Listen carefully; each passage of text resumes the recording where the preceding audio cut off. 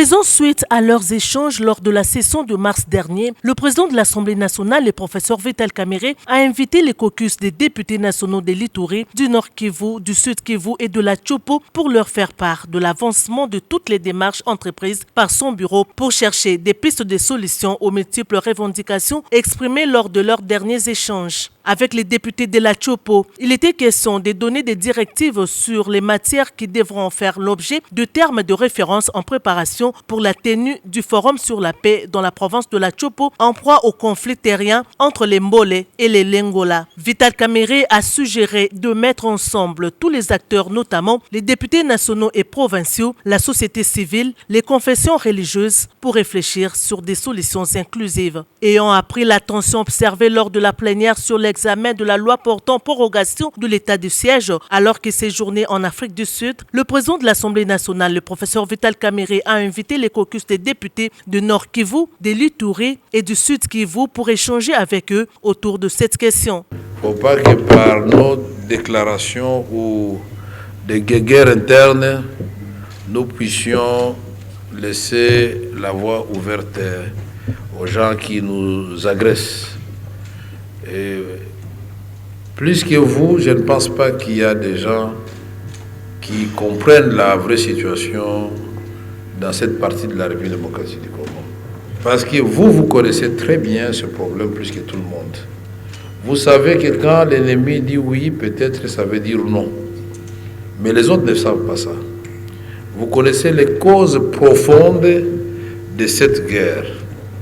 Tout comme vous savez qu'il y a des gens qui ont des solutions.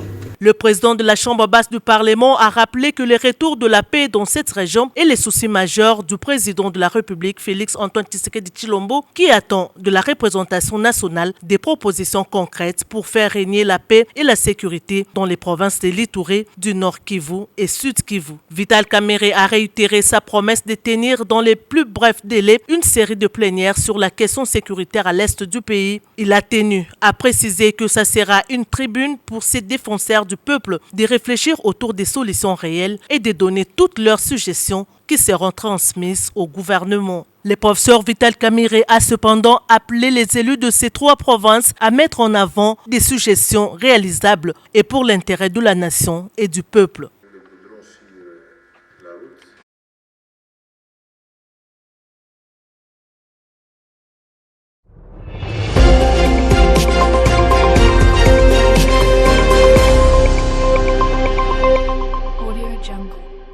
Préoccupé par les retours de la paix en République démocratique du Congo, le speaker de la Chambre basse du Parlement, le professeur Vital Kamerhe, s'est entretenu avec le secrétaire général adjoint des Nations Unies en charge du maintien de la paix en mission officielle en République démocratique du Congo. Jean-Pierre Lacroix et Vital Kamerhe ont parlé du processus de paix en RDC et du soutien des Nations Unies aux efforts que fournit le président Félix Antoine Tshisekedi Tshilombo pour pacifier la partie est du pays. Le secrétaire général adjoint des Nations Unies a également salué l'engagement de la République démocratique du Congo, notamment dans les processus de paix de Luanda et de Nairobi, aussi de la pertinence de l'engagement de tous les partenaires concernés par ces processus pour que la paix soit enfin rétablie. Il a par ailleurs rappelé au président de l'Assemblée nationale que le rôle que les Nations Unies attendent du Parlement congolais est celui de s'investir dans le renforcement de l'appareil sécuritaire congolais et de soutenir toutes les résolutions prises dans le cadre de la recherche de la paix en République démocratique du Congo. Il y a des centaines de milliers de personnes qui sont protégées par les Nations Unies, la MONUSCO, les agences humanitaires, les ONG. Et ces populations, elles ont besoin, et elles le disent d'ailleurs, d'un soutien continu. En même temps, évidemment, le renforcement de la présence de l'État congolais, et c'est évidemment notre objectif, qui va de pair, qui est complémentaire avec la poursuite des efforts de paix. Nous sommes très engagés dans ce domaine, je l'ai dit, à la fois les soutiens politiques aux efforts, notamment le processus de Luanda, les efforts sous les auspices de la médiation angolaise.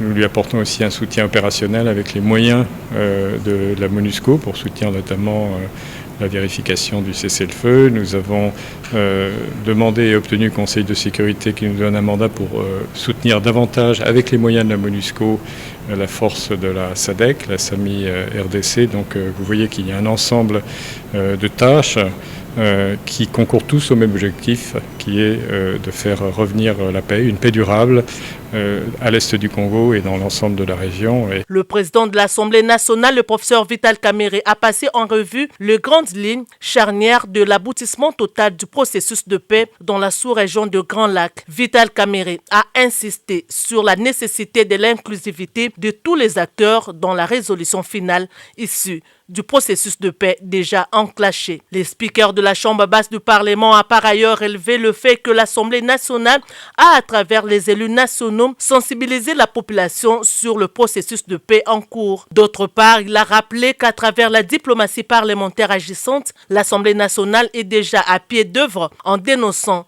cette guerre injuste imposée par le Rwanda et en invitant tous partenaires internationaux à s'impliquer dans la recherche de la paix en République démocratique du Congo. À la demande de Bintou Keïta, représentante du secrétaire général des Nations Unies en RDC, qui accompagnait Jean-Pierre Lacroix, le président de l'Assemblée nationale, le professeur Vital Kamerhe, a fait savoir qu'une plénière spéciale sera tenue sur la situation sécuritaire dans la partie est du pays. Ça sera aussi une tribune pour la MONUSCO de venir éclairer la lanterne des élus nationaux et la population sur certaines questions importantes en rapport avec l'exécution de sa mission.